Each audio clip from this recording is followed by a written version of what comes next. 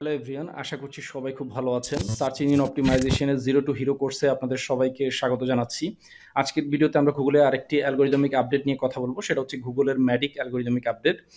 So গুগলের Medic algorithmic update was a major algorithmic update that reduced the ranking of site that rank for YMYL keyword or website.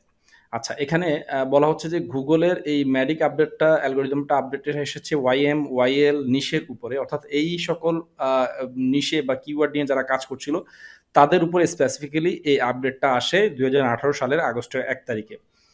তো এই আপডেটটা জানার পূর্বে আমাদের একটু জানা দরকার যে যে YMYL সাইটগুলো অ্যাকচুয়ালি কি।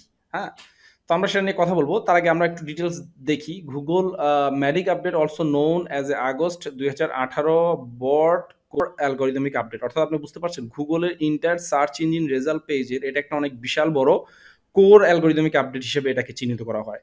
হ্যাঁ, এখন এই আপডেটে সিগনিফিকেন্টলি চেঞ্জেস আসে প্রত্যেকটা YMYL নিশে যারা যারা কাজ করছিল বা যে সকল ওয়েবসাইট ওনারা ছিল তাদের ওয়েবসাইট সিগনিফিকেন্টলি তাদের র্যাঙ্কিং হারায় বা র্যাঙ্কিংয়ের কিছু ওয়েবসাইট রয়েছে অনেক র্যাঙ্কিং হারায় আর কিছু ওয়েবসাইট রয়েছে অনেক র্যাঙ্কিং পায়।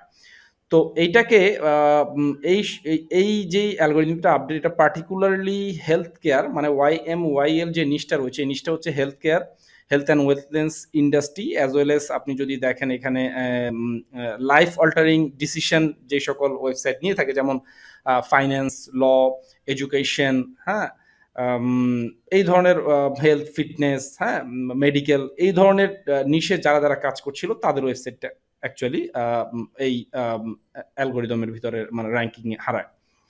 তো আমরা যদি আরেকটু ডিটেল যদি দেখি, what are the YMYL website.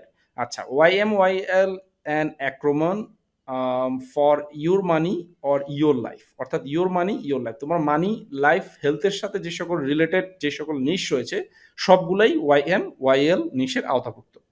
তো এখানে দেখেন সাইট, এখানে দেখেন খুব স্পষ্টভাবে বলা হচ্ছে যে site writing about topic that significantly impact user financial stability. অর্থাৎ আপনি যখন কোনো ওয়েবসাইট ওনার বা কোনো রাইটার বা কোনো ব্লগার যখন কোনো বিষয় নিয়ে কোনো স্পেসিফিক টপিক নিয়ে লেখে এবং যেই টপিকটা মানুষের ফাইন্যান্সিয়াল স্ট্যাবিলিটির সাথে জড়িত, ইনভলভ, ওয়েলবিং মানে হেলথের সাথে জড়িত, এবং overall quality of A life অর্থাৎ ইনভেস্টমেন্ট, ফাইন্যান্স, এরপরে ইন্স্যুরেন্স, এরপরে হচ্ছে আপনার doctor, medical advice, health and fitness, এর পরবর্তীতে ফাইন্যান্সিয়াল অ্যাডভাইজার, এই ধরনের যে নিশগুলো রয়েছে এগুলো সবগুলাই YMYL যে নিশটা রয়েছে সেই নিশের আওতাভুক্ত। This page over various subject, অর্থাৎ এই নিশের আন্ডারে অনেকগুলো সাবজেক্ট রয়েছে including finance, health, safety, legal advice ইত্যাদি। এই আপডেট থেকে যদি আমরা আমাদের ওয়েবসাইটকে আমরা যদি এই সকল নিশ নিয়ে কাজ করে থাকি এবং আমাদের ওয়েবসাইটকে যদি আমরা এই আপডেট থেকে যদি সেফ রাখতে চাই তাহলে আমাদের কি কি বিষয়ে ফোকাস করতে হবে, এটা হচ্ছে সবচাইতে মূল বিষয়। তো গুগল বরাবরই স্ট্রেট ফরওয়ার্ড ক্লিয়ারলি বলে দিয়েছে যে আপনাকে আপনার ব্র্যান্ডের, আপনার টপিকের, আপনার নিশের EAT বিল্ড আপ করতে হবে। তো EAT stand for expertise, authoritativeness and trustworthiness, that full form হচ্ছে EAT। এখন this was the particularly crucial for YMYL your money your life pages which could potentially impact user wellbeing and financial stability. Okay, তো এখন EAT কিভাবে build up করবেন? EAT build up করার অনেকগুলো way রয়েছে, আমরা গুগল করলে এই বিষয়ে জানতে পারবো, আবার আমাদের ডেডিকেটেড ভিডিও আসবে কিভাবে EAT বিল্ড আপ করা যায়। তবে তার মধ্যে সবচাইতে বেশি ইম্পর্টেন্ট EAT বিল্ড আপ করার বেশি ক্ষেত্রে সেটা হচ্ছে নিজস্ব একটা ব্র্যান্ড বিল্ড আপ করা, যেক্ষেত্রে আপনার ট্রাস্ট গেইন হবে আপনার অডিয়েন্সের। হ্যাঁ, এরপরে হচ্ছে কোয়ালিটি কন্টেন্ট প্রডিউস করা এবং নিশ ওরিয়েন্টেড কন্টেন্ট প্রডিউস করা। লাইক আপনি একজন ফিটনেস কোচ, আপনার অবশ্যই আপনার কি থাকবে, আপনার সোশ্যাল মিডিয়া সাইটগুলো আপনার ওয়েবসাইটের লিঙ্ক থাকবে যাতে যে কোনো মানুষ আপনাকে ক্লিক করলে আপনার সোশ্যাল যে বায়ো রয়েছে সেই বায়ো থেকে যেন দেখতে পারে যে আপনি কোন ফিটনেস বিষয়ে আপনার এক্সপার্টাইজ রয়েছে। হ্যাঁ, এর পরবর্তীতে আপনি একজন ডক্টর, অবশ্যই আপনি কোন ইনস্টিটিউট থেকে ডক্টর কমপ্লিট করেছেন, আপনার এইটার সাথে রিলেভেন্ট আপনার কিছু সার্টিফিকেট থাকবে, আপনার কিছু লিগেল আপনি যে প্র্যাকটিস করতে পারবেন সেটার কিছু ডকুমেন্টেশন রয়েছে, এর পরবর্তীতে আপনি কোন ইনস্টিটিউট থেকে পড়েছেন, আপনার সোশ্যাল মিডিয়া বায়ো কি, আপনি কি কি বিষয়গুলো প্র্যাকটিস করছেন, বিস্তারিত মানে আপনি যে বিষয়টা নিয়ে লিখছেন সেই বিষয়ে যেন আপনার এক্সপার্টাইজটা থাকে ইএটির মধ্যে, এটা কিন্তু একটা খুবই গুরুত্বপূর্ণ জিনিস। আর অথরিটি বিল্ড আপ করতে হলে আপনাকে কোয়ালিটি লিঙ্ক বিল্ডিং করতে হবে, এবং সেই লিঙ্ক বিল্ডিং করার মাধ্যমে আপনি যখন কোয়ালিটি কন্টেন্ট লিখবেন, পাবলিশ করবেন, পাশাপাশি আপনি কোয়ালিটি হাই অথরিটি সাইট থেকে লিঙ্ক পাবেন, তখন কিন্তু আপনার অথরিটি পিসটা বাড়বে। আর ট্রাস্ট অর্থিনেস এটা সম্পূর্ণটা বিল্ড আপ হয় হচ্ছে ব্র্যান্ডের উপরে। আপনি যখন ব্র্যান্ড বিল্ড আপ করবেন সেটা উপরে ডিপেন্ড করে আপনার ট্রাস্ট অর্থিনেসটা ডে বাই ডে ইনক্রিজ করবে। তো ইআইটি অনেক ব্রড একটা কোর সাবজেক্ট, এটা নিয়ে অনেক কিছু, অনেক বিষয়ে ছোট ছোট কোর প্রিন্সিপাল এখানে রয়েছে। সো সিম্পল শর্ট ভিডিওতে আসলে ইআইটি সম্পর্কে ওভারঅল সবকিছু বলে শেষ করা যাবে না। সো আমি জাস্ট আপনাদেরকে একটু ওভারভিউ দিলাম আর কি।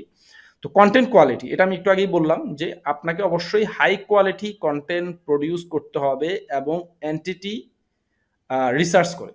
এন্টিটি রিসার্চটা কি, আপনি একটা টপিক নিয়ে লিখছেন, আপনাকে অবশ্যই গুগলের টপ 10 পেজে যেই সকল ওয়েবসাইটের ওনাররা রয়েছে তাদের কন্টেন্টকে ভালোভাবে অবজার্ভ করতে হবে, তাদের কন্টেন্টের আউটলাইন দেখতে হবে, তাদের কন্টেন্টের টপিক দেখতে হবে, তারা কি কি বিষয়ে কভার করেছে সেটা দেখতে হবে। দেন আপনাকে আপনার কন্টেন্টের আউটলাইন সাজাতে হবে। এটা এমন না যে আপনি চ্যাট জিপিটি বা যে কোনো একটা এআই টুল দিয়ে আপনি একটা র্যান্ডম একটা টপিকের উপরে একটা অ্যান্সার দিয়ে দিলেন, এই বিষয়টা এমন না। কোয়ালিটি কন্টেন্ট মানে হচ্ছে ইনডেপ, ইউজারকে স্ট্রেট ফরওয়ার্ড, ইউজার আপনার কাছে মাথা ব্যথার ওষুধ জানতে চাচ্ছে বা মাথা ব্যথার হোম রেমেডি জানতে চাচ্ছে, আপনি জাস্ট স্ট্রেট ফরওয়ার্ড তাকে মাথা ব্যথার যে হোম রেমেডিগুলো রয়েছে সেগুলো তাকে আপনার কন্টেন্টের ভিতরে প্রোভাইড করেন। ঠিক আছে? সো অ্যাকুরেট এবং প্রায়োরিটাইজ হাই কোয়ালিটি কন্টেন্টটাই হচ্ছে আপনার কন্টেন্টের কোয়ালিটিটা এখানে বোঝাচ্ছে। অর্থাৎ কন্টেন্টটাকে আপনাকে কি করতে হবে, অপটিমাইজ করতে হবে। সার্চ ইঞ্জিন যে রেজাল্ট পেজ রয়েছে সেই রেজাল্ট পেজকে রিসার্চ করে আপনাকে কন্টেন্ট পাবলিশ করতে হবে। এবার আসি ইউজার ইন্টেন্ট। ইউজার ইন্টেন্টটা কি, ওই যে আমি একবার বলেছি, ইউজার জানতে আসছে আপনার কাছে একটা টপিক নিয়ে, আপনার কন্টেন্টে পাবলিশ করা একটা টপিক। হ্যাঁ, সো যেমন একজন ইউজার আপনার কাছে জানতে চাচ্ছে যে হোম রেমেডির 5-10টা হোম রেমেডি সম্পর্কে সে জানতে চাচ্ছে তার কি বলার জন্য, পেন, ব্যাক পেনের জন্য।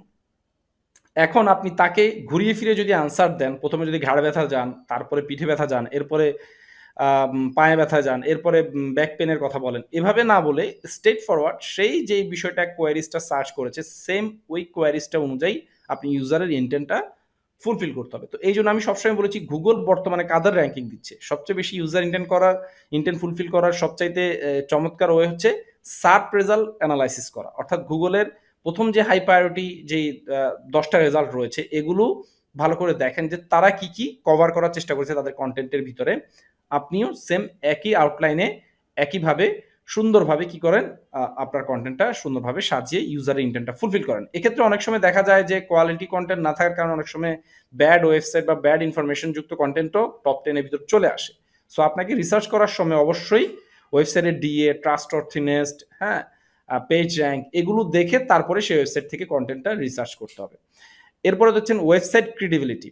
হ্যাঁ, যেমন একটা রেপুটেশনের একটা ব্যাপার রয়েছে, ট্রান্সপারেন্সির একটা ব্যাপার রয়েছে। আপনি লিগ্যাল প্র্যাকটিস বা লিগ্যাল অ্যাডভাইজার, সো সেক্ষেত্রে আপনাকে অ্যাকচুয়ালি লিগ্যাল অ্যাডভাইস দেওয়ার মতো বা ফাইন্যান্সিয়াল অ্যাডভাইস দেওয়ার মতো আপনার সেই ওয়েবসাইটের আপনার নিজস্ব ক্রেডিবিলিটিটা রয়েছে কিনা। হ্যাঁ, এগুলো বিষয়গুলো আপনাকে মাথায় রাখতে হবে অবশ্যই। পাশাপাশি ইম্প্যাক্ট অন র্যাঙ্কিং, আপনি যদি একটা ভালো ট্রাস্টওয়ার্থি ওয়েবসাইট হন, আপনার ওয়েবসাইটের কিন্তু অবশ্যই র্যাঙ্কিংটা ভালো থাকবে। আপনার ওয়েবসাইটে অবশ্যই গুড কোয়ালিটির প্রেস রিলিজ হবে প্রতি মাসে। আপনার ওয়েবসাইটের অবশ্যই হাই ডিএ ওয়েবসাইট আপনাকে লিঙ্ক আপ করবে। এই বিষয়গুলো কিন্তু আপনাকে খেয়াল রাখতে হবে। আপনার কন্টেন্ট কিন্তু অলওয়েজ আপ টু ডেট থাকতে হবে। সার্চ ইঞ্জিনের যে র্যাঙ্কিংয়ের যে অ্যালগোরিদম রয়েছে, অ্যালগোরিদমের যে বেস্ট প্র্যাকটিসগুলো রয়েছে সেগুলো কিন্তু আপনার ওয়েবসাইট ফলো করবে।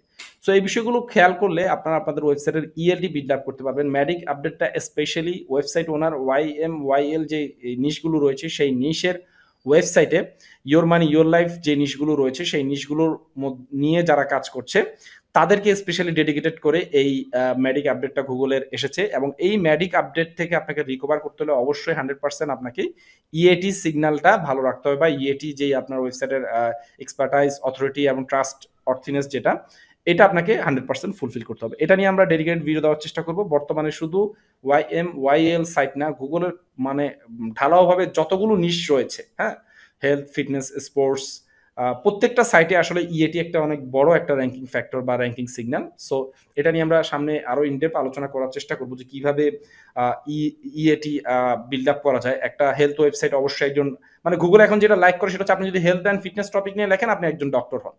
আপনি যদি হেলথ টপিক নিয়ে লেখেন আপনি একজন ডক্টর হন। আপনি যদি ফিটনেস টপিক নিয়ে লেখেন তাহলে আপনি একজন ফিটনেস ট্রেনার বা ফিটনেস কোচ হন। আপনি যদি লয়ার বা লিগ্যাল অ্যাডভাইস নিয়ে লেখেন অবশ্যই আপনি একজন লয়ার হন। হ্যাঁ, এটার জন্য সার্টিফিকেট, হ্যাঁ, আপনার যে রেজিস্টার অথরিটি, ক্রেডিবিলিটি, হ্যাঁ, আপনার যে কোর্স করেছেন বা আপনার যেই মেডিকেল প্র্যাকটিসিং যে বিষয়গুলো, আপনি কোন ইউনিভার্সিটি থেকে আপনি কোর্স সম্পূর্ণ করেছেন, যতটা ট্রান্সপারেন্ট আপনি গুগলের কাছে দেখাতে পারবেন তত বেশি আপনার ওয়েবসাইট দ্রুত র্যাঙ্কিংয়ে চলে আসার সম্ভাবনা রয়েছে।